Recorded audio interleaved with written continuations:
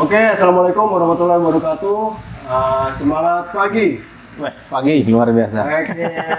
Masih ingat ya Luan? Itu dia enggak, tapi di mana-mana salam. Salam itu emang udah universal lah ya. Lewat Tambang biasanya seperti itu kan. Kembali lagi di episode Inspirasi Kota Tambang. Itu kemarin sempat ada yang memberi atensi, oh kapan sih IKT tayang lagi gitu kan. Jadi oke lah, karena ternyata acara ini mungkin sedikit banyak bisa memberikan inspirasi, kita coba lanjut lagi. Nah kali ini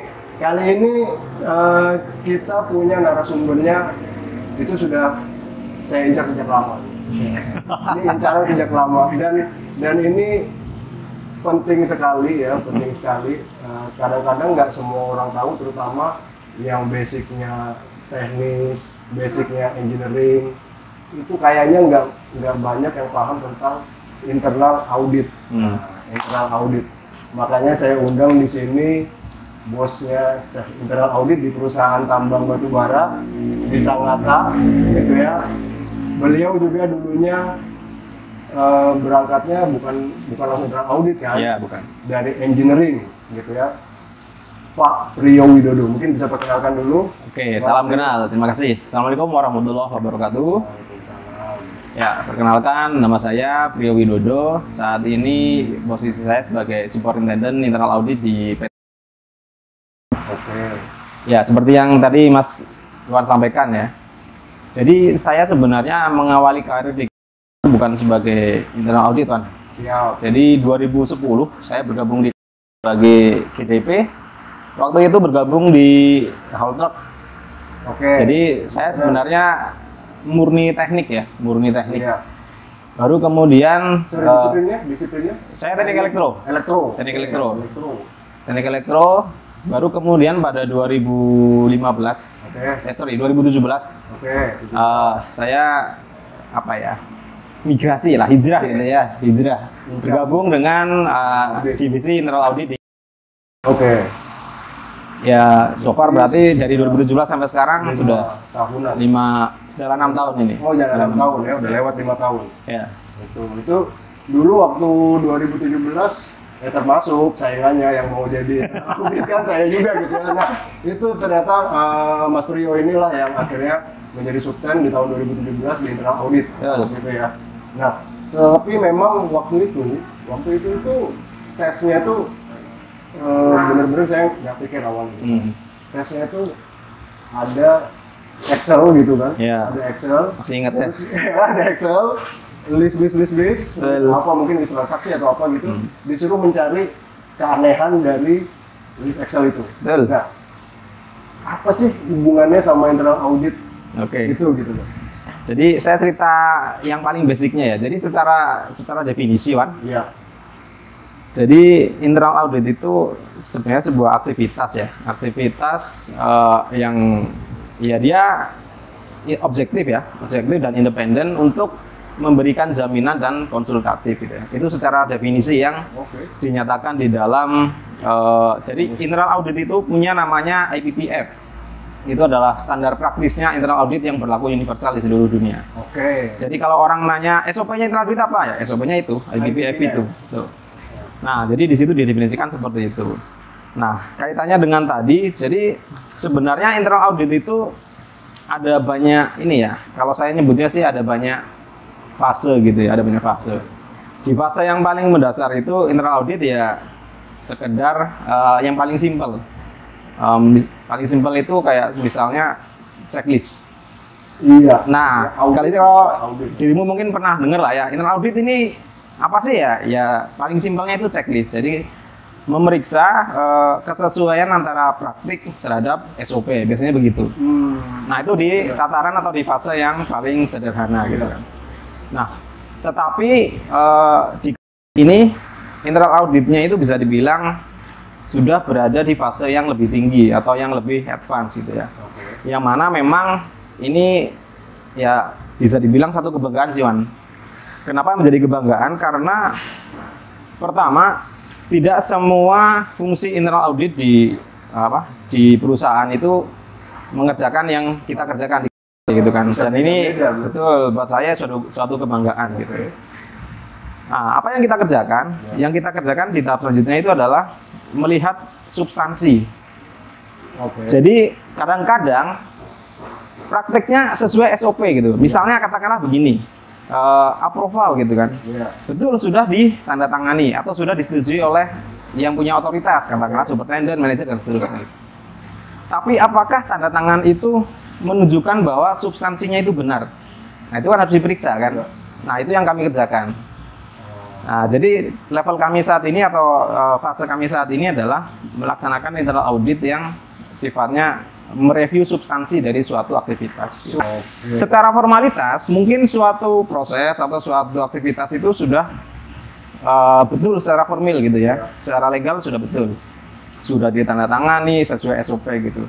Tapi ternyata di dalamnya ada sesuatu yang menyimpang gitu kan. Nah kalau secara dokumentatif mungkin kan memang terlihatnya sudah oke, sudah benar gitu kan.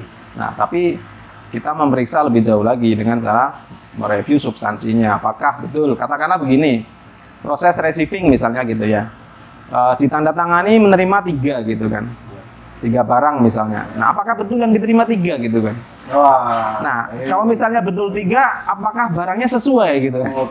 Kadang-kadang 3 ini 2 benar, 1 mungkin bodong gitu misalnya, atau 1 itu mungkin katakanlah rusak dan sebagainya. Sebelum sampai situ nih, sebelum sampai situ Mas Priyo, ini udah mau menjurusnya dalam. Sebenarnya nggak dalam.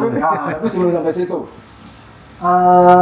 gini, audit itu kan adalah suatu aktivitas untuk dia, dan dia juga aktivitas itu terjadwal biasanya. Kalau di juga berdasarkan checklist. Ya standarnya sebenarnya tiap tahun kita menyusun audit plan ya. Jadi ada audit plan tahunan yang kita propose. Jadi internal audit itu mempropose jadwal tahunan kepada komite audit. Jadi sebagai informasi, mungkin selama ini mungkin banyak yang belum tahu juga ya, seolah-olah internal audit itu secara struktural ada di bawah CEO atau CFO, tapi sebenarnya nggak seperti itu. Jadi internal audit itu, kan tadi saya sebut ya, internal audit itu harus bersifat independen gitu ya, penugasannya independen. Nah untuk menjaga independensinya itu, internal audit tidak boleh berada di bawah manajemen, jadi dia di luar manajemen, sehingga kami itu bertanggung jawab kepada komite audit. Nah, komite audit ini ya isinya biasanya dewan sih, board gitu. Nah, di situ. Sehingga ya secara ringkas sih sebenarnya kami adalah pembantu BOD. Simpelnya seperti itu. Jadi kami tidak mereport kepada CEO, kepada CFO gitu kan. Kami mereportnya, CEO apalagi, kami mereportnya kepada board itu. Gitu. Jadi itu ya. Jadi mungkin, tapi bisa jadi di setiap company, corporate, perusahaan mungkin berbeda-beda ya secara struktural. Kalau di Indonesia itu secara umum tutir ya. Tutir itu berarti secara reporting gitu ya.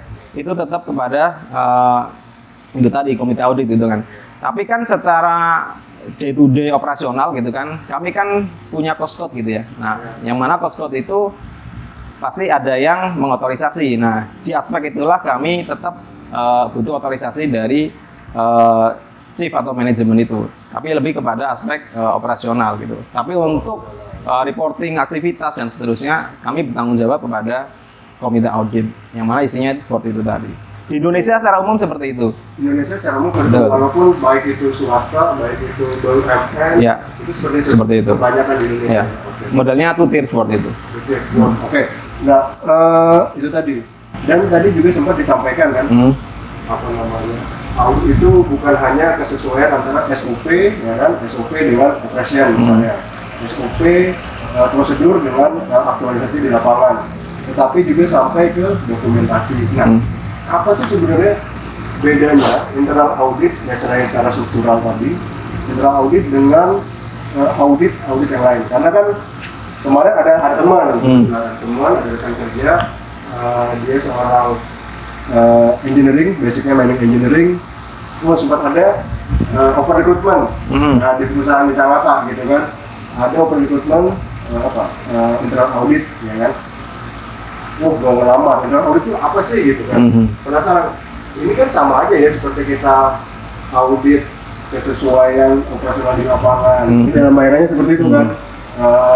Ada juga kita kan juga punya seperti safety audit section yang mengaudit juga secara berkala gitu dalam waktu tertentu itu tentang safety. Nah, internal audit itu bedanya dengan audit yang lain, safety dan operasional itu seperti apa? Nah, itu penting tuh buat orang pada paham bahwa audit itu nggak cuma operation.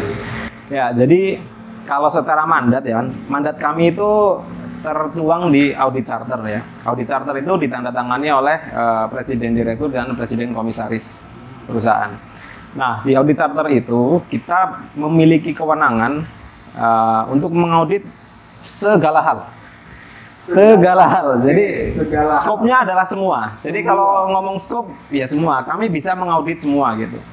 Mulai dari keuangan, operasional, pergudangan, logistik, apalagi marketing, safety bahkan gitu ya. Nah, cuma memang dalam praktiknya gitu ya. Dalam praktiknya beberapa hal itu kita sifatnya melengkapi, jadi kolaboratif gitu ya. Katakanlah begini. Mungkin ada waktu penugasan gitu katakanlah ya. Saat penugasan audit di MSD misalnya atau di suatu divisi gitu.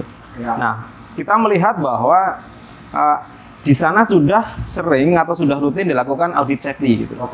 Nah, yang sudah terjadi seperti itu, maka kita sifatnya hanya kadang-kadang review gitu kan. Oh, sudah seberapa sering dilakukan dan sudah sampai di level apa sih? Kalau misalnya kita lihat sudah mencukupi, ya itu biasanya kita akan turunkan prioritas untuk mengaudit itu. Kenapa? Karena toh sudah ada yang mengaudit khusus gitu kan. Nah, kita akan mengambil porsi yang lain. Jadi misalnya aspek manajemennya bagaimana, aspek operasionalnya bagaimana gitu. Lebih ke aspek apa seperti itu. Jadi kalau pertanyaannya audit internal ini bedanya dengan yang lain apa sih? Sebenarnya secara operasi gitu ya atau secara aktivitas ya dia sama. Bedanya adalah skop kami itu semua kegiatan. Safety, sampai ke ya pokoknya dari hulu sampai hilir. Dari hulu sampai hilirnya aktivitas perusahaan itu kita bisa mengaudit. Oke, jadi paling nggak itu tambahan poin lah untuk yang bertanya-tanya internal audit itu seperti apa. Itu di semua corporate se-Indonesia kurang lebih begitu. Sama. Nah, tapi memang itu harus dituangkan di dalam piagam audit itu tadi, ya charter itu tadi. Oke, nah baru kita agak dalami lagi. Itu kan tadi skopnya semua. Betul. Bagaimana? Nggak mungkin dong. Apalagi kita tahu misalnya internal audit itu biasanya satu section atau divisi atau departemen kecil lah. Bisa kita bilang kecil kenapa? Karena resource-nya hanya mungkin 4 orang, 5 orang gitu kan. Nggak sampai 10 orang. Betul. Ya. Nggak mungkin semuanya bisa diaudit. Sepakat. Gimana menentukan prioritasnya? Oke. Nah, jadi saya cerita ini ya, berarti ini kaitannya dengan penyusunan audit plan tahunan, Man. Jadi di akhir tahun biasanya ya, akhir tahun katakanlah tahun lalu berarti ya 2022. Itu kan sebenarnya perusahaan itu sudah menyusun atau mengembangkan risk register. Nah, risk register yang disusun oleh departemennya risk management, tempatnya Mas Yoyo di finance division itu. Nah, kan Mas Yoyo sudah meregister risk di setiap fungsi yang ada di perusahaan. Jadi risiko-risiko itu sudah diregister, kemudian sudah diberikan rating berdasarkan melihat kontrol apa yang akan dilaksanakan oleh masing-masing fungsi, kemudian residualisnya seperti apa. Nah, kan beberapa fungsi itu memiliki risiko yang tinggi gitu kan, secara corporate gitu kan, secara perusahaan itu nanti akan diakses. Oh, resiko katakanlah marketing, katakanlah resikonya tinggi. Nah, atau mungkin misalnya di tahun 2023 ini katakanlah misalnya fungsi mining gitu kan, fungsi mining itu resikonya tinggi. Nah, resiko-resiko yang sudah diregister di Departemen Risk Management itu akan kita absorb gitu, akan kita ambil, akan kita padukan dengan kita sendiri internal audit punya risk universe. Risk universe itu semacam apa ya? Semacam daftar segala resiko yang dimiliki oleh perusahaan kita. Jadi kita punya daftar risiko-risiko apa sih yang ada di perusahaan. Nah, dari perkawinan dua sumber itulah kemudian kita munculkan rencana audit, tapi proposal sifatnya. Nah, jadi rencana audit ini nanti akan kita susun berdasarkan tingkat risiko yang paling tinggi. Seperti tadi Dirmu sampaikan kan, resource-nya terbatas, betul, resource-nya terbatas, sehingga kemudian kita harus menyusun prioritas itu. Nah, biasanya kami akan memprioritaskan risiko-risiko tentu yang signifikan gitu ya. Biasanya kan kita setahun katakanlah punya 12 audit plan misalnya, atau tahun ini kita punya 18 audit plan gitu. Nah, dari 18 itu hampir sebagian besarnya itu adalah yang berisiko tinggi atau risikonya signifikan gitu ya. Nah, setelah kita susun sekian banyak daftar itu, 18 katakanlah tadi ya, 18 daftar itu kita propose kepada komite audit. Nanti komite audit akan menilai gitu kan. Oh, yang ini bisa tahun depan katakanlah gitu, di reschedule gitu kan. Tapi saya mau internal audit mengaudit yang ini dulu gitu kan. Itu bisa juga seperti itu. Jadi inputnya banyak gitu kan. Kemudian nanti di endingnya, finalnya adalah apa yang sudah disetujui oleh si komite audit itu gitu. Nah, tentunya menyusun 18, menyusun 12 itu ya kita ngelihat resource yang ada kan. Resource kita berapa, manpower-nya, terus berapa sih budget untuk audit per assignment-nya dan seterusnya, nanti sehingga ketemu angka 18 itu. Oke. Tapi berarti clear bahwa semua program audit ini yaitu tadi merupakan kepanjangan tangan dari board. Betul. Bukan manajemen, nggak ada hubungannya sama manajemen perusahaan. Karena yang kita audit manajemen. Kalau misalnya kami manajemen mengaudit manajemen, fungsi independennya hilang nanti. Oke. Clear ini, kita masuk agak dalam lagi kalau gitu kan. Ada menentukan priority-nya by apa tadi namanya, risiko. Risk rank ya. Risiko, ada risk rank ya. Kalau di safety itu kan ada ya, sama ada risk rank, ada severity index, sama frekuensi sama likelihood sama consequence biasanya. Itu mirip ya? Sama. Tetapi bagaimana melakukan penilaiannya? Maksudnya kalau kita di safety kan dari aktivitas biasanya kan, aktivitas ini berisiko tinggi, misalnya aktivitas mengendarai kendaraan berat berisiko tinggi, gitu kan, sampai fatigue misalnya.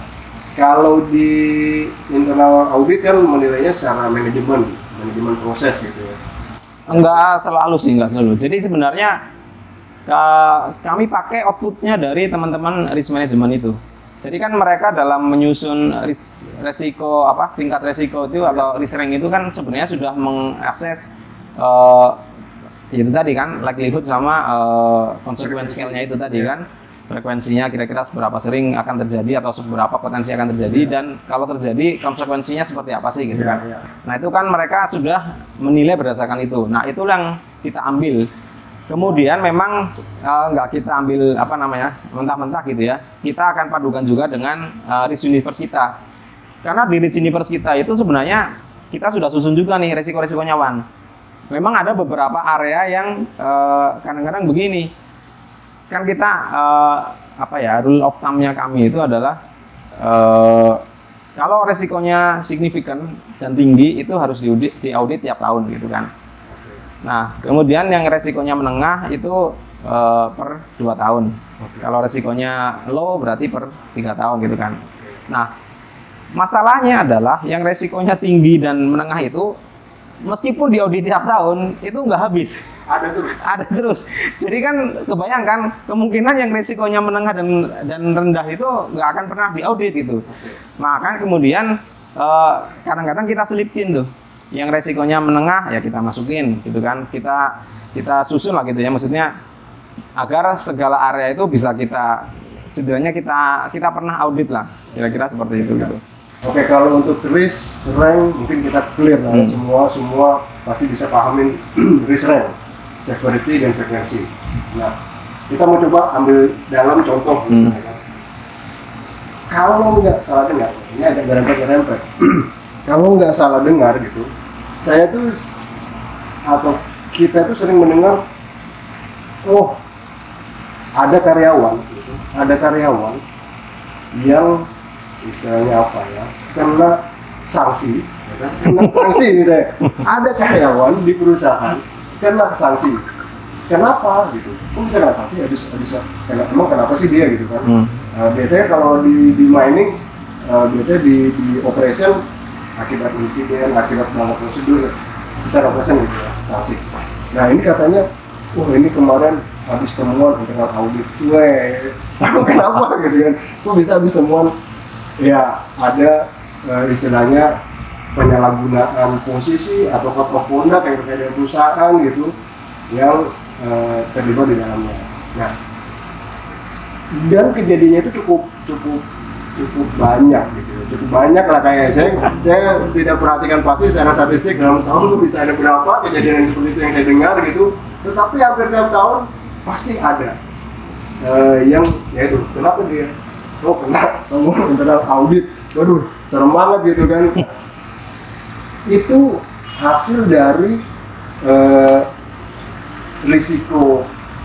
risiko register yang seperti apa yang kemudian masuk ke audit itu, dan kemudian temuannya adalah top of conduct gitu. Nah itu kan kalau kita yang orang operation ya nggak terlalu aware lah hal seperti itu kan. Bisa diceritain nggak gitu? Oke. Kalau ngomong apa ya, statistik sebenarnya yang tadi Mas Iwan sampaikan, katakanlah terkait dengan kecurangan atau fraud gitu ya, itu sebenarnya kecil aja Wan porsinya. Fraud itu maksudnya secara statistik yang kita kerjakan gitu ya, itu sebenarnya hanya sebagian kecil saja gitu. Sebenarnya yang banyak itu adalah yang lebih kayak audit assignment biasa, audit review operasional dan seterusnya gitu ya. Cuma memang kan orang kita itu kan apa ya, yang seperti itu kan menarik untuk jadi bahan obrolan, menarik untuk diceritakan, sehingga kemudian yang sedikit itu, saya nggak bilang kecil lah ya, yang sedikit itu menutupi atau menenggelamkan apa yang banyak dari kami sebenarnya seperti itu kan. Jadi kalau internal itu bukan nangkepin yang fraud. Enggak, jadi sebenarnya itu tadi kan kami sebenarnya mengevaluasi efektivitas manajemen bagaimana, kemudian kontrolnya bagaimana, apakah sudah ada gitu kan, kalau sudah ada apakah berjalan efektif atau tidak gitu kan. Sebenarnya ke situ gitu, bahwa kemudian ekses dari itu kadang-kadang ada red flag gitu ya, misalnya red flag itu ya tanda-tanda yang bisa dijadikan dasar untuk dinaikkan level auditnya menjadi audit investigasi gitu. Nah ini saya mau cerita juga bahwa ini salah satu perusahaan yang internal auditornya melaksanakan fungsi investigasi. Itu nggak banyak man, atau mungkin cuma yang mengerjakan itu, karena biasanya di Indonesia karena biasanya fungsi investigasi itu diserahkan ke konsultan biasanya. Kenapa? Karena ya memang sebenarnya investigasi itu nggak menyenangkan. Setuju. Nggak menyenangkan kan? Menyenangkan. Kita harus memeriksa gitu ya, kadang-kadang memeriksa kawan sendiri, memeriksa ini sendiri gitu kan. Itu memang nggak menyenangkan gitu. Tapi memang ya ini internal auditornya melaksanakan fungsi itu gitu ya. Nah ini saya sih terlepas dari itu tadi ya, tidak menyenangkannya atau tidak mengenakannya, saya sih pantas berbangga gitu ya. Maksudnya berbangga begini. Tidak semua internal auditor mengerjakan itu, sehingga ketika ada internal auditor yang mengerjakan itu, maka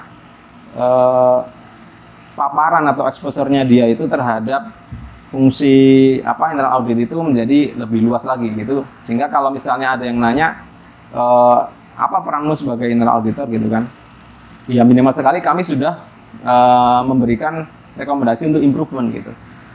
Karena setelah kami masuk gitu kan, setelah kami mengaudit suatu fungsi atau suatu departemen itu atau suatu area gitu kan, ya sebenarnya banyak perbaikan di sana Wan. Banyak perbaikan itu harus menjadi menjadi kredit gitu ya. Jadi kredit. Terus yang kedua, bahwa kadang-kadang di dalam perbaikan itu ada ekses-ekses tertentu yang mungkin ya tidak semua orang menyukainya gitu ya. Itu sudah pastilah ya, dinamikanya suatu aktivitas itu kadang-kadang begitu gitu. Tapi sebenarnya yang begitu tuh sedikit lah. Yang begitu beneran itu sedikit gitu. sedikit itu. Nah, cuma karena memang itu tadi orang mungkin nggak tahu kan bahwa sebenarnya dari 18 penugasan audit gitu kan, katakanlah temuannya ada, katakanlah satu audit itu temuannya 5 gitu kan, dari 18 berarti berapa, 90 kan, 90 itu yang terkait kecurangan mungkin satu kan, dari 90 itu gitu kan, 90 item temuan gitu kan. Tapi yang satu ini menutupi yang 89 lain gitu. Iya, kenapa ya? Karena itu tadi orang Indonesia itu suka sama yang begitu gitu kan. Wah, itu kenapa itu? Nah, itu kenapa itu? Nah, seolah-olah kami kerjanya seperti itu padahal enggak seperti itu gitu. Enggak seperti itu. Jadi ya ini untuk teman-teman juga ya, maksudnya kalau ada penugasan internal audit sebenarnya nggak perlu takut selama teman-teman sudah bekerja dengan sebaik-baiknya. Bekerja baik itu apa definisinya? Bekerja baik itu adalah bekerja yang akuntabel, bisa dipertanggungjawabkan gitu kan, secara administratif lengkap dan secara substansi itu juga bisa dipertanggungjawabkan. Gitu. Sebenarnya kalau semua itu sudah teman-teman kerjakan, sebenarnya nggak perlu takut gitu. Dengan internal audit. Nah itu makanya kayaknya mungkin entah tahun lalu, entah tahun sebelumnya kayaknya kok ada beberapa case sebenarnya cuma satu gitu. Dan sampai saat ini mungkin kamu dari 5 tahun masa kerjanya Mas Priyo di internal audit, entah ada berapa fraud yang pernah jadi temuan. Ingat loh? Apa? Nggak ingat sih, ya? Yang ini ya? Nggak ingat, karena yang begitu-begitu itu buat kami gini, selesai kerjakan ya sudah, kita lupakan. Tetapi itu kembalinya, itu kan laporannya ke board. Ya. Investigasinya dilakukan oleh internal audit, ya kan, karena investigasi nih yang melakukan rekomendasi itu sebetulnya internal audit atau nanti ada kolaborasi dari manajemen. Rekomendasi apa nih? Rekomendasi misalnya nih, mana ini enak juga ya. Kalau misalnya ada temuan fraud tadi, dengan berhubungan individu atau sekelompok gitu. Fraud, kemudian rekomendasi mungkin orang tersebut harus diberi sanksi ini sanksinya apakah bulan tulis apakah bahkan yang paling parah sampai PHK. Yang melakukan rekomendasinya sebetulnya internal audit atau kembali ke manajemen. Ya. Jadi kalau balik ke definisi investigasi itu kan sebenarnya mencari kebenaran ya, mencari faktanya gitu kan. Nah memang di dalam proses mencari fakta itu kan akhirnya kita akan menemukan fakta-fakta sebenarnya seperti apa gitu kan. Setelah kita temukan, kita yakini gitu kan fakta-faktanya seperti apa, yaitu akan kita tuliskan dalam laporan. Termasuk juga fakta ini terhadap aturan perusahaan itu ada pelanggarannya atau tidak sih? Atau misalnya fakta ini melanggar peraturan perusahaan yang mana gitu. Nah itu ya akan kita tuliskan gitu. Karena kan itu tadi di depan kita sifatnya itu independen, objektif gitu kan. Objektif kan apa adanya gitu kan, yes, adanya seperti itu kita tulis itu, kita tidak pernah mengurangi, tidak pernah menambah, pokoknya faktanya apa ya kita tulis gitu kan. Terus prinsip yang berikutnya Wan, sebenarnya dalam mengaudit itu kami selalu berhati-hati, sebisa mungkin kami tidak, prinsip kami adalah konservatif gitu ya. Kalau misalnya kita tidak yakin dengan fakta itu, maka itu tidak akan kita tulis. Even cuma 1% gitu. Katakanlah untuk mendapatkan keyakinan itu kita kan butuh 100% gitu kan. Kalau hanya 99%, nih tapi kayaknya ada 1% yang enggak, ya itu akan kita drop. Kenapa? Karena yang kita audit gitu ya, nggak cuma investigasi. Yang kita audit itu kan manusia gitu kan, orang gitu kan. Sehingga kita sebisa mungkin selalu berhati-hati gitu dan seprofesional mungkin gitu kan. Tidak ada kepentingan pribadi, tidak ada katakanlah wah itu katakanlah gini ya, ada dendam atau ada misalnya ada masalah gitu kan, oh nanti kapan audit, nggak pernah seperti itu. Jadi kami selalu profesional gitu kan, profesional dan ya selalu berdasarkan fakta aja, objektif aja gitu. Apa adanya kita tulis, tidak pernah kita kurangi dan tidak pernah kita tambah-tambahin juga gitu. Bahkan itu tadi kan Mas Ivan itu atasan kami itu selalu menyampaikan, kalau nggak yakin drop aja. Kita ini bukan auditor yang mencari-cari temuan gitu kan. Nggak apa-apa nggak ada temuan. Yang penting step-step auditnya itu sudah dilaksanakan semua, nggak masalah. Artinya kan berarti memang berdasarkan scope audit dan audit program yang kita susun, fungsi di suatu tempat itu sudah efektif dan efisien berdasarkan testing yang kita kerjakan gitu kan. Mungkin ada beberapa scope yang tidak kita kerjakan, yaitu nanti kita disclaim kan. bahwa kita hanya mengaudit dari 10 scope ini katakanlah 9 gitu kan, yang satu tidak kita kerjakan, mungkin katakanlah resource dan seterusnya gitu kan, budget dan seterusnya gitu. Tapi kita disclaim di sana gitu bahwa ini tidak kita kerjakan. Artinya dari 9 scope yang kita kerjakan itu testing yang kita kerjakan tidak menemukan ketidakefektifan dan ketidakefisienan di suatu fungsi. Yang nggak masalah. Berarti nanti laporannya adalah kita sudah melaksanakan sekian banyak testing dan tidak ditemukan gitu kan. Mungkin di testing yang lain, katakanlah di scope yang lain ada, tapi kan kita tidak mengerjakan ya, kita sampaikan seperti itu. Jadi kita bukan auditor yang cari-cari temuan ya. Jadi sebenarnya nggak perlu takut, nggak perlu prasangka juga sih sebenarnya, karena sepanjang faktanya itu tidak ada atau tidak benar, ya kita tidak akan angkat itu, tidak akan tulis itu. Clear, yang di luar sana jangan berasumsi. Ya, jangan berasumsi, betul. Nggak ada temuan yang dicari-cari, nggak ada. Tidak ada temuan yang mengada-ada atau temuan yang dibuat-buat, itu nggak ada. Oke, nah ini namanya. Jadi aku juga ya baru tahu juga ternyata tidak semua audit melakukan investigasi se-Indonesia, mungkin hanya satu perusahaan. Jadi kan kami kan sering ikut konferensi, Wan. Yeah. Konferensi nasional ya. Konferensi itu ya pertemuan internal auditor lah, sesama internal auditor. Itu memang kalau kita ngobrol gitu kan dengan sesama rekan seprofesi internal audit itu tidak, hampir semua yang kita ketemu kita ngobrol-ngobrol gitu kan, kalau kita ngomong, wah Diki ngerjain apa gitu kan. Ya kadang-kadang kita investigasi juga. Wah, kalau kami investigasi pakai konsultan gitu kan. Ya memang biasanya kan memang seperti itu, yang kami dengar juga seperti itu. Karena memang ya itu pekerjaan yang tidak menyenangkan gitu kan, sehingga biasanya akan di-outsourcing kan begitu.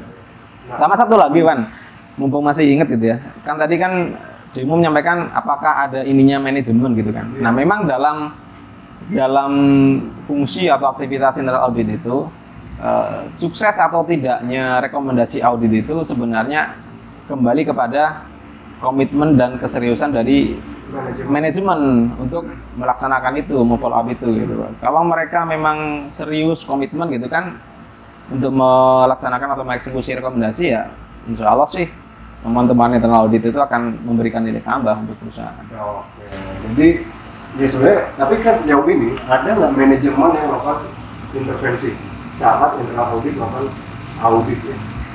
Ada intervensi nggak ada sih. Intervensi yang jauh biasanya nggak. Tapi kan semua jalan, kemudian rekomendasi diberikan ke manajemen, diberikan ke manajemen. Ada nggak yang rekomendasi itu mungkin tidak dilakukan atau seberapa persen? Ya ada. Rekomendasi yang dikerjakan lah. Ada aja. Memang kan kadang-kadang kan karena kan manajemen kan manusia ya. Maksudnya kadang-kadang manusia itu juga butuh terus untuk untuk kadang-kadang untuk di remind gitu kan, kadang-kadang untuk ini lagi gitu ya, diingatkan lah gitu ya. Nah sehingga kemudian memang dari kami sih ada mekanisme ya sebenarnya. Jadi kan kita ada rapat komite audit per 3 bulan sebenarnya, per kuartal. Jadi ada rapat itu. Nah di situ sebenarnya kita akan melaporkan status temuan-temuan sepanjang periode 1 kuartal gitu kan, auditnya seperti apa, termasuk juga status follow up atau status rekomendasi yang sudah pernah disampaikan atau pernah direkomendasikan. Apakah sudah dilaksanakan atau sudah di-close gitu kan, kalau di-close seperti apa sekarang hasilnya gitu kan. Nah sebenarnya dengan mekanisme itu kita akan selalu merimain gitu kan. Nah ini tahun ini kita akan berusaha, karena kan kebetulan kita sedang gencar digitalisasi nih. Nah kita akan mencoba mengintegrasikan itu ke dalam digital sistem kita gitu ya. Maksudnya bagaimana agar monitoring atas rekomendasi itu bisa lebih tertata dan termonitor lah, kira-kira begitu. Karena kalau kita harus remind tiap hari atau tiap waktu gitu kan, itu kan juga butuh waktu juga kan, butuh effort gitu kan. Sementara kalau by system kan bisa, kenapa tidak gitu. Ya oke lah, untuk digitalisasi semoga lancar. Amin. Ya namanya digitalisasi kan mempermudah proses kontrol maupun ya proses berjalan gitu ya, mempermudah aktivitas lah intinya. Iya, semoga nggak manual nge-remind setiap manajemen gitu kan. Ini sudah di follow up belum? Nah, gitu. Nanti pengennya bisa sampai ke arah otomatis kan. Nggak ada masalah dengan itu. Nah, aku pengen kembali nih. Ada yang menarik. Ada 2 hal lagi lah rasanya ya. Terkait fraud. Ya kan balik orang Indonesia.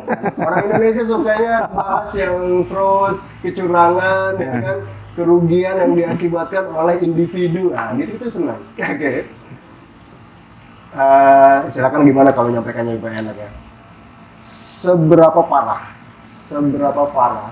Severity lah ya. Seberapa parah sih atau yang paling parah fraud yang pernah ditemukan selama pengalamannya Mas Priyo kerja di internal audit. Yang paling parah itu kira-kira seperti apa? Fraud ya, nih kecurangan. Jadi karyawan. Kalau ngomong fraud atau kecurangan itu sebenarnya kadang-kadang nilai itu kan, nilai atau rupiahnya itu menjadi tidak signifikan. Oke. Kenapa? Karena satu aja tindak kecurangan gitu kan dalam suatu fungsi atau suatu area itu sebenarnya sudah menggambarkan rusaknya sistem gitu kan. Oke. Karena katakanlah mungkin efek rupiahnya kecil gitu ya, tapi itu akan merusak lingkungan kerja, akan merusak bagaimana karyawan-karyawan lain itu akan beraktivitas atau bekerja gitu kan, etos mereka akan rusak, etos kerjanya gitu kan. Bahkan mungkin secara keseluruhan fungsi itu pada akhirnya akan rusak gitu, sehingga rupiahnya itu kadang-kadang menjadi tidak signifikan dibanding dengan efek domino yang lainnya gitu kan. Siap. Itu kenapa misalnya begini, katakanlah kita nggak ngomong fraud lah gitu lah, kita ngomong yang paling simpel aja gitu. Katakanlah ada atasan yang datangnya sering terlambat gitu kan. Oke. Kira-kira kalau atasan sering datang terlambat, kemudian ngomelin bawahannya gitu kan, kamu kok telat terus gitu kan, kira-kira perasaan bawahannya gimana gitu kan? Alah, Anda loh datangnya juga telat, ngapain nyuruh-nyuruh kami nggak telat? Kan kira-kira begitu. Nah itu dari aspek yang paling sederhana, apalagi terkait dengan fraud. Itu kan bawahan akan melihat misalnya yang paling simpelnya gitu kan, bosku kan begitu gitu. Aku kayaknya begini juga nggak masalah, toh bosku juga begitu. Nah itu yang paling simpelnya akan begitu. Padahal itu secara value mungkin buat perusahaan itu kecil gitu. Katakanlah nilai 1 juta, 2 juta gitu kan. Untuk perusahaan itu mungkin kecil gitu. Tapi sebenarnya damage-nya atau kerusakannya terhadap lingkungan kerja di area itu sangat besar gitu. Nah itu yang kadang-kadang orang gagal atau orang lupa untuk melihatnya. Orang melihat hanya rupiahnya akan kecil, mungkin seperti itu yang dilihat gitu kan. Meskipun memang secara tindakan disiplin di perusahaan itu kan sanksinya kan kadang-kadang sudah ditetapkan juga, sudah jelas gitu kan bahwa rupiahnya mereka tidak sebut gitu kan. Pokoknya melakukan tindak kecurangan pasal 1 sampai 7 itu kalau di BTD itu, maka sanksinya hanya satu, yang paling kanan PHK. Itu di situ gitu. Sehingga rupiahnya memang tidak disebut paling di situ. kanan. Pemutusan hubungan kerja itu paling kanan. Pokoknya segala jenis kecurangan sekecil apapun. Nah, sebenarnya itu secara filosofis itu sudah menggambarkan bahwa kecurangan itu tidak perlu melihat nilai. Sebenarnya itu gitu, karena sekecil apapun kecurangan itu, bahkan satu kejadian kecurangan itu sudah terlalu besar gitu. Sudah terlalu besar. Sepakat, jawabannya bagus tapi normatif kan. Ya orang pasti pengen denger lah, gimana sih kok seorang karyawan di Dirjen Pajak gitu kan bisa memiliki harta kekayaan 50 M, apakah itu ada tindak kecurangan? Nah, itu kan jadi sepertinya seolah-olah kita berharap dengan kecurangan ternyata bukan dari perusahaan tambang besar tuh orang tuh bisa nimbun begini loh, tapi nggak apa normatif, tapi kita ganti aja pertanyaannya. Sepakat gitu sih, kita sih sepakat lah, kecurangan kecil apapun akan merusak sistem. Nah, oke lah, kita ganti aja. Bisa dinilai lah severity index atau tingkat keparahan terkecil aja wis, secara rupiah terkecil, atau tingkat kecurangan terkonyol. Tingkat kecurangan terkonyol, ada nggak contohnya yang pernah jadi fraud dan itu mengakibatkan PHK? Ya, ada aja. Cuma kan masalahnya nggak bisa di-spill kan. Jadi kami terikat dengan kode etik auditor gitu. Siap. IOCC gitu kan, integritas, objektivitas, kemudian confidentiality dan kompetensi itu. Nah di aspek confidentiality ini kami terikat di situ. Jadi bahkan ini saya cerita sedikit gitu ya, bukan beban kali ya, tantangan gitu ya. Tantangannya seorang internal auditor itu seperti apa? Kalau karyawan-karyawan pada umumnya gitu kan, ada masalah di kantor gitu kan, bisa cerita dengan pasangan gitu kan, bisa cerita dengan istri, dengan suaminya gitu kan, bahkan dengan anaknya mungkin bisa cerita. Nah, kami ini internal auditor itu tidak bisa begitu, tidak bisa curhat pekerjaan. Kenapa? Karena kami semua yang kami kerjakan itu ya berhenti di kami, tidak boleh keluar dari kami kecuali untuk keperluan laporan kepada komite audit itu tadi gitu kan, atau kepada aparat yang berwenang berdasarkan putusan undang-undang gitu kan, atau keperluan untuk pengadilan dan seterusnya. Jadi bisa dibayangkan betapa betapa banyaknya, betapa beratnya kerumitan-kerumitan yang kami ada di pikiran kami gitu kan, yang mana tidak bisa kami ceritakan bahkan kepada pasangan gitu kan, sehingga kadang-kadang ya sudah, untungnya istri saya orangnya ini ya sudah ngerti ya, maksudnya kalau misalnya lagi pusing auranya nggak enak ya itu masalah kerjaan gitu kan ya, tapi kan dia tahu kalaupun ditanya nggak akan jawab, akhirnya ya sudah, itu sudah tahu aja gitu. Bisa kita bilang we can fully understand audit bebannya seperti apa. Ya seremeh-temehnya bisa kita bilang kalau namanya kecurangan ya, saat kamu ditunjuk jadi panitia mungkin acara perusahaan gitu ya, kamu beli gado-gado satu tapi ditulis di nota 2, itu udah fraud tuh, bukan?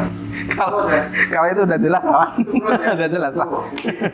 Jadi di sini bukan cuma kalian harus merasa dilihat oleh yang maha kuasa, tapi kalau ketahuan internal audit sebelum kamu dihisap di akhirat, kamu dapat duluan hukumannya di dunia. Lu beli satu mangkok bakso ya, tulis di nota 2, itu udah fraud. Itu kan penipuan namanya kan. Itu udah penipuan. Jadi bedanya kebohongan dan penipuan kan itu kan. Kalau kebohongan ya sekedar menyampaikan sesuatu yang tidak benar gitu kan. Tapi kalau penipuan itu kan menyampaikan sesuatu yang tidak benar dan memberikan keuntungan bagi yang melakukan gitu kan. Itu kan menipu kan.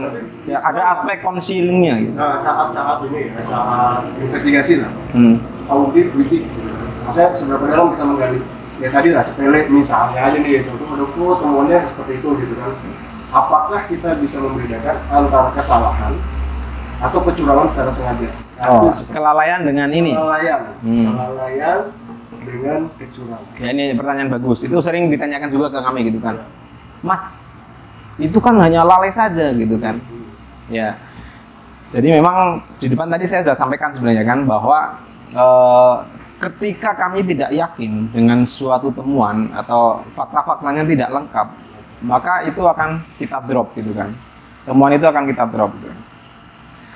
Sehingga memang dalam memutuskan suatu proses itu atau suatu hal itu apakah dia suatu temuan atau bukan, itu harus disupport oleh banyak bukti gitu. Ya. Sehingga mungkin orang melihatnya ini lalai saja gitu kan. Tapi kan kita punya supporting atau punya bukti-bukti yang lain gitu, yang mendukung bahwa itu bukan suatu kelalaian gitu kan. Nah, dan kemudian kan proses kalau ngomong investigasi gitu kan, investigasi itu tidak dikerjakan kami sendiri. Jadi dalam investigasi di perusahaan kami itu kita juga disupport oleh HR. Nah, jadi itu juga sebagai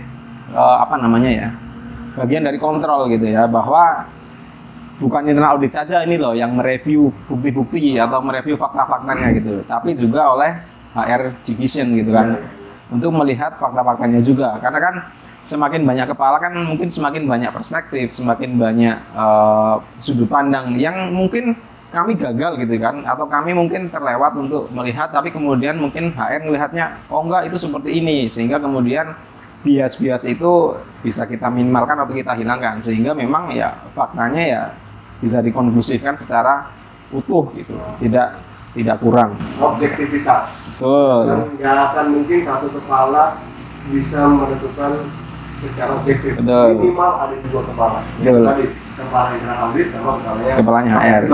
Itu dari ada lagi pihak yang terlibat dalam investigasi. Di investigasi itu kan jadi ini nggak cuma di investigasi sih, di audit yang audit reguler juga gitu kan. Aktivitas kami itu kan direview juga oleh Chief Audit Executive atau Kalau di perusahaan kami itu levelnya selevel GM gitu kan, tapi posisinya adalah audit eksekutif gitu. Beliau yang mereview, menandatangani laporan gitu kan. Artinya akuntabilitas finalnya ada di beliau gitu kan. Sehingga memang reviewnya bertingkat di level perusahaan gitu kan. Nanti ada review dari manajer gitu kan. Setelah dari manajer nanti direview oleh chief itu tadi gitu kan.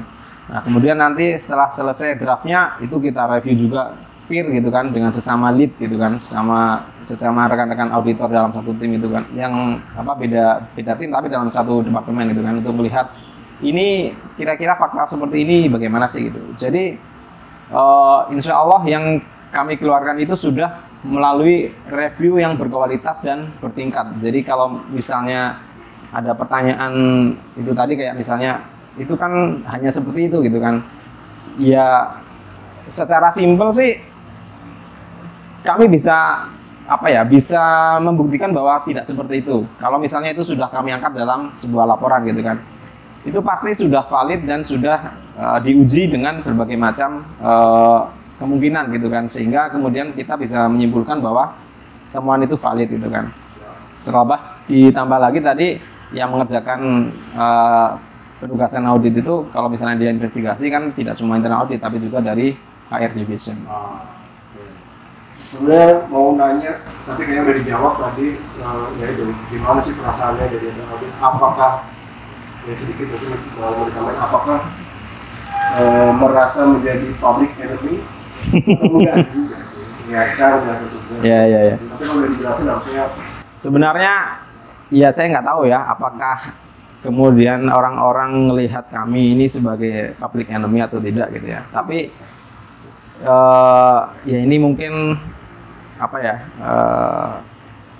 ya perasaan saja gitu ya, perasaan bahwa ya kami melaksanakan audit itu sebagai amanah dari perusahaan gitu, amanah dari board gitu kan, yang sudah memberikan kewenangan, memberikan amanah kepada kami untuk melaksanakan suatu penugasan atau melaksanakan suatu aktivitas audit internal itu kan. Nah, sebagaimana yang selalu disampaikan oleh atasan kami bahwa bekerjalah dengan ikhlas dan bekerjalah dengan niat yang tulus, karena ketulusan itu pada akhirnya itulah yang akan menyelamatkan kita gitu. Jadi ya kalau bekerja aja dengan tulus gitu, apa adanya saja gitu, nggak perlu ada maksud tertentu, nggak perlu ada tujuan tertentu gitu, karena pada akhirnya kalau kita sisipi sesuatu dalam suatu penugasan ada hal-hal seperti itunya, itu akan merusak sebenarnya, akan merusak output yang kita ini. Nah, bahwa kemudian dalam penugasan itu ada ekses atau ada orang yang mungkin tidak suka gitu ya, atau mungkin sakit hati gitu, ya kami melihat itu sih sebagai risiko saja ya, risiko kami sebagai internal audit gitu ya. Tapi to be honest gitu ya, sebenarnya kami tidak pernah, bahasanya mungkin orang menarget gitu ya, tidak pernah menarget, tidak pernah mengincar, tidak pernah, atau mungkin ya itu tadi mengincar sehingga kemudian ada ekses tertentu, itu nggak ada sebenarnya. Operasi TO itu nggak ada, kita nggak pernah ada TO gitu, nggak ada TO gitu, karena memang ya itu tadi kami balik ke niat tadi itu, niatnya sebenarnya ya tulus untuk memberikan nilai tambah bagi perusahaan gitu kan. Dan sepanjang saya di internal audit dari 2017 sampai sekarang sih, saya sih cukup bangga ya, mungkin sangat bangga sebenarnya. Pertama itu tadi gitu ya, atasan kami selalu merimen bahwa bekerjalah dengan tulus, itu mendrive banyak hal di tempat kami gitu. Kemudian yang kedua, internal audit di perusahaan kami itu bisa dibilang stage-nya atau levelnya ya di atas dari yang lain gitu, secara penugasan, secara aktivitas gitu. Clear Mas Priyo. Keren sih internal auditnya. Jadi aku rasa semuanya udah banyak menjawab penasarannya teman-teman, penasarannya orang-orang internal audit ini ngapain sih. Sebenarnya bukan audisi juga bukan. Kalau saya mau audit bukan. Jadi internal audit ya udah menjalankan fungsi audit, kepanjangan tangannya dari board. Dari itu sudah. Jadi teman-teman nggak usah mikir yang aneh-aneh lagi, kalau kita nggak usah. Prinsipnya itu, gitu. prinsip itu tadi, Pak. Oke, aku dulu duduk sebelah sebelah saya kan. Apa nih ceritanya ini? Prinsipnya itu tadi sih sebenarnya. Selama kita bekerja dengan akuntabel gitu ya. Bekerja dengan akuntabel sebenarnya nggak perlu ada yang ditakutkan sih. Itu aja. Kembali ke substansi. Betul. Last question. Gimana caranya atau apa syaratnya supaya bisa menjadi internal auditor? Paling enggak apakah mungkin harus ada pelatihan khusus? Karena kan kalau kita bicara disiplin ilmu kayaknya nggak ada spesifik disiplin ilmu terkait internal audit gitu kan. Bahkan kalau kita mau melihat ke belakang, Mas Trio kemudian dan teman-teman yang ada di dalam yang audit perusahaan sekarang itu nggak ada yang pengalaman awalnya dari audit ya, kecuali yang mungkin direkrut baru nggak tahu saya gitu, tapi pengalamannya semua dari engineering, dari accounting. Kenapa kok orang yang bisa jadi Excel yang dicari gitu, karena biasanya Excel ya. Nah, apa sih syarat-syarat? Karena ini juga teman-teman banyak yang bertanya kadang-kadang gimana ya kalau mau jadi audit itu kalau dikasih, wah ini ternyata sertifikasinya ini bekal, banget yang harus dipahamin. Sebetulnya intinya. Jadi ada dua hal sebenarnya yang bisa kita lihat gitu ya. Secara disiplin keilmuan, Wan, sebenarnya tidak ada disiplin ilmu khusus untuk menjadi seorang internal audit. Bahwa memang di suatu jurusan gitu ya, jurusan akuntansi, itu memang diajarkan mata kuliah internal audit itu. Itu menjadi sebuah, ya kalau saya bilang sih, sebuah nilai tambah aja bagi seorang internal auditor gitu. Tapi memang seorang internal auditor itu diwajibkan untuk kompeten. Itu ada di dalam kode etiknya seorang internal audit yang ada di IPPF tadi itu. Ya, jadi internal auditor itu diwajibkan untuk kompeten. Nah, kompeten itu mencakup apa? Kompeten itu mencakup banyak hal sebenarnya. Mulai dari keterampilannya, dari pengetahuannya gitu kan, dari pemahamannya terhadap suatu bisnis proses gitu kan, dari kemampuannya berkomunikasi, kemampuannya bertanya kepada seorang auditi, kemampuannya berempati kepada auditi, kemampuannya untuk memahami tugas dan tanggung jawab seorang auditi. Itu memang semuanya harus dimiliki dari seorang auditor, termasuk juga leadership.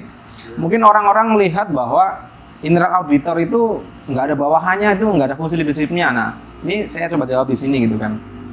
Secara organisasi kami itu memang kami tidak punya bawahan langsung gitu kan. Kalau sebelumnya, kalau sekarang karena timnya tambah besar, sekarang kebetulan ada gitu kan. Tapi fungsi leadershipnya itu tetap ada. Apa di mana saat kita berdiskusi dengan auditi itu kan, kita yang ngelit sebenarnya. Kita yang ngelit arah diskusinya mau kemana. Kita yang ngelit kita mau mencari apa. Itu kalau kita nggak punya leadership, itu nanti kita yang akan didrive oleh auditi. Itu leadership komunikasi gitu kan. Leadership berikutnya apa? Nah, kami sebagai internal auditor itu punya, ya saya bilang sih privilege ya. Ini mungkin tidak semua fungsi atau tidak semua karyawan memiliki gitu kan. Nah, saya sih bangga punya itu gitu ya. Kami ini memiliki memiliki privilege untuk bisa berdiskusi dengan hampir semua level. Berdiskusi dengan chief gitu kan, berdiskusi dengan GM gitu kan, berdiskusi dengan direktur gitu. Itu kami punya privilege itu. Nah, sehingga memang kalau kami tidak punya leadership, ya kami berdiskusi dengan mereka menjadi bahasanya ya terlalu jauh gapnya nanti gitu. Sehingga memang kami dituntut untuk punya itu gitu. Nah, makanya bahkan di level graduate-nya internal audit itu sudah kami wanti-wanti bahwa ya ini kamu meskipun levelmu adalah graduate, kamu ini nanti diskusinya itu minimal sekali dengan manajer.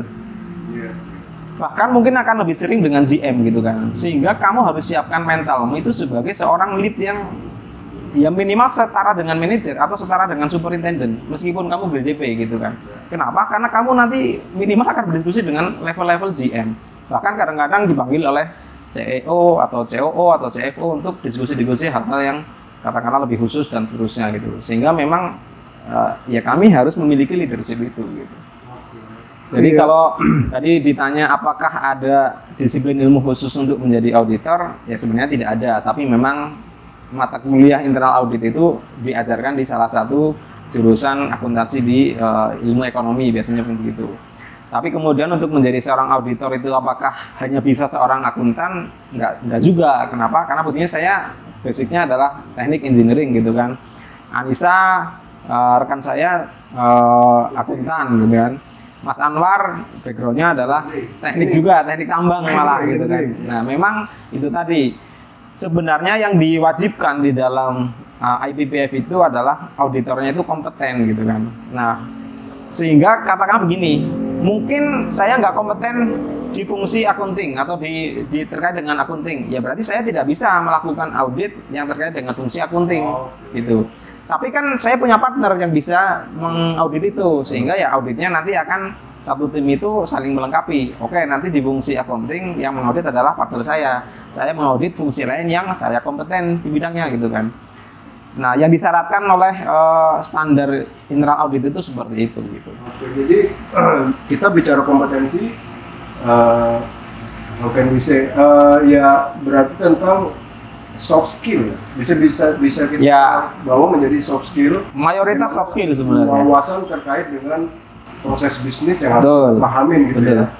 Ya. Tidak perlu kita harus tahu prosedur khusus tentang safety, SOP khusus tentang safety, bagaimana itu kan nggak harus berarti sebenarnya.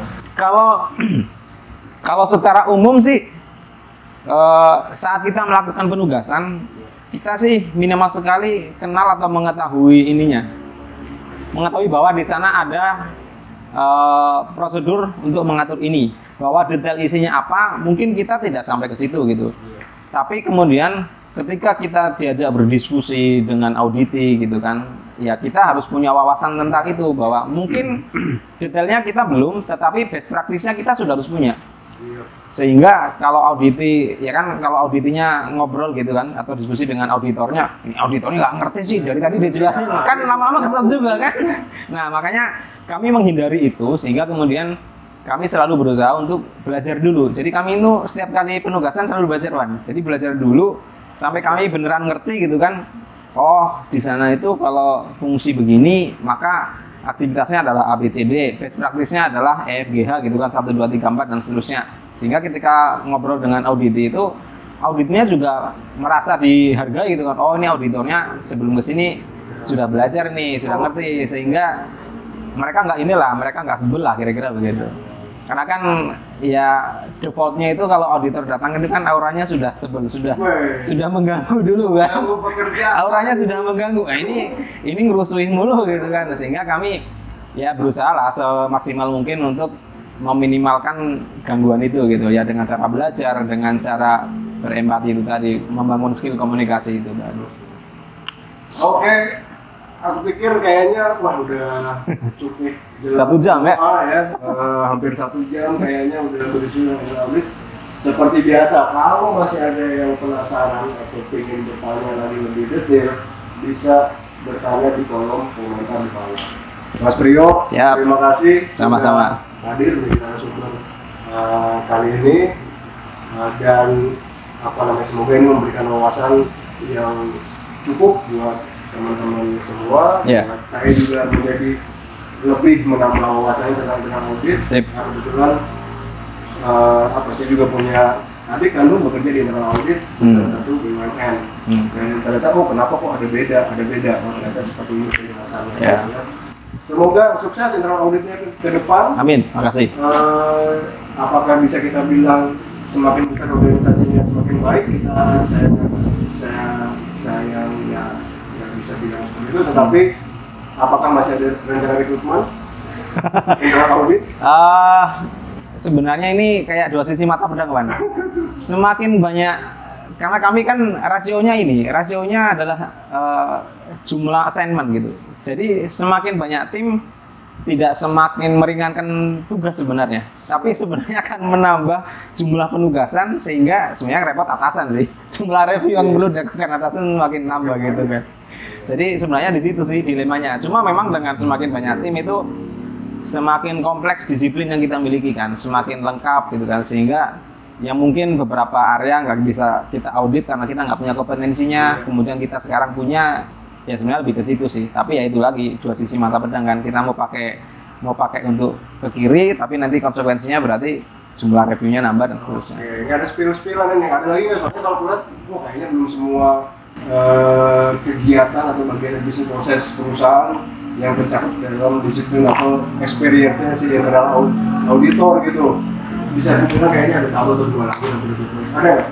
Ada banyak sih yang belum kita miliki sih. Ya nanti nunggu lah kalau ada lowongan kan pasti dipublish. Ada bocoran.